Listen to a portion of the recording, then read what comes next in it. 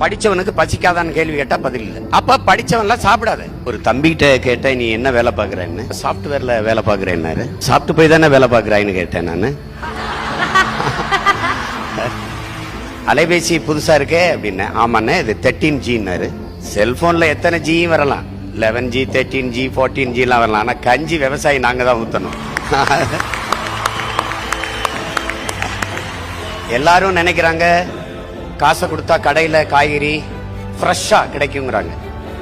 ஆனா அந்த காய்கறி கடைக்கு வர்றதுக்கு தொலை தூரத்துல ஒரு விவசாயி வெயில்ல காஞ்சி மழையில நனைஞ்சு ரத்தம் வேர்வையா உடம்புல ஊத்தி உப்பு பூக்க கண்ணு மொழி பிதுங்க கண்ணச்சதை தொங்க வெம்பாடு பட்டு உழைச்சாதான் உங்களுக்கு காய்கறி கடைக்கு வருது, அரிசி பருப்பு வருதுங்கிறத கவனத்துல வச்சுக்கணும்.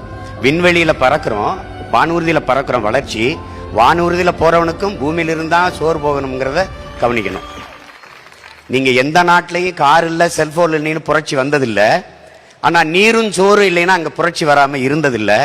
அதுக்கான டீசர் உங்களுக்கு புரியுற மொழி சொல்ற, அதுக்கான ட்ரெய்லர், அதுக்கான முன்னோட்டம் பக்கத்தில் இருக்கிற இலங்கையில நடந்து கொண்டு இருக்குங்கிறத நீங்க கவனிச்சுக்கணும்.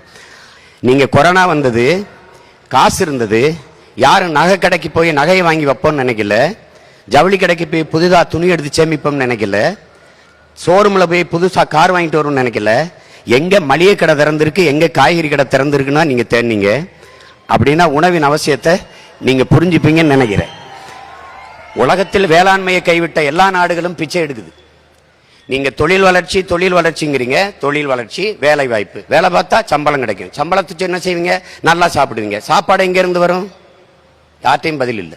விவசாயத்தை படிக்காதவன் செய்யற தொழில் என்று நினைக்கிறீங்க. விவசாயம் தொழிலே கிடையாது, அது நம் பண்பாடு, நம்முடைய வாழ்வியல் என்பதை நீங்க புரிஞ்சுக்கணும். விவசாயத்தை படிக்காதவன் செய்யறதுன்னு நீங்க நினைச்சீங்கன்னா படிச்சவனுக்கு பசிக்காதான்னு கேள்வி கேட்டா பதில் இல்லை. அப்ப படிச்சவன்லாம் சாப்பிடாத, யாரும் சாப்பிடாத, அவ்வளவுதானே. இது எப்படிப்பட்ட போக்குன்னு பாருங்க. விளைநிலங்கள் எல்லாம் வீட்டு மனைகளா வருது. நம்ம விளைநிலங்களில் வீடை கட்டி மொட்டை மாடியில தோட்டம் போடுவதை நாம் பெருமையா பேசிக்கொண்டு இருக்கிறோம். நீங்க காய்கறி விளைய வைக்கலாம், வெண்டைக்காய் தக்காளி உங்களுக்கு வேண்டிய கத்தரிக்காயை விளைய வச்சுக்கலாம். ஆனால் நெல் வாழை கரும்பு மற்ற பொருளெல்லாம் எங்கே விளைவிப்பீங்க? மொட்டை மாடியிலே விளைய வச்சிருவீங்களா? அப்போ எவ்வளவு பெரிய பேராபத்தை நோக்கி நாம் நகர்ந்து கொண்டிருக்கிறோங்கிறத நீங்க கவனிச்சுக்கணும். இலவசமா அரிசி வருது அப்படின்னு நினைக்கிறோம். எத்தனை நாளைக்கு இலவசம் கொடுத்துட முடியும்னு யோசிக்கணும். ஒரு நாள் யோசிக்கணும். ஒரு மனிதன் தன் வாழ்நாளில் என்றாவது ஒரு நாள் வழக்கறிஞரை சந்திக்கிறான், அது அட்வொகேட். என்றாவது ஒரு நாள் பொறியாளர் சந்திக்கிறான், இன்ஜினியர்.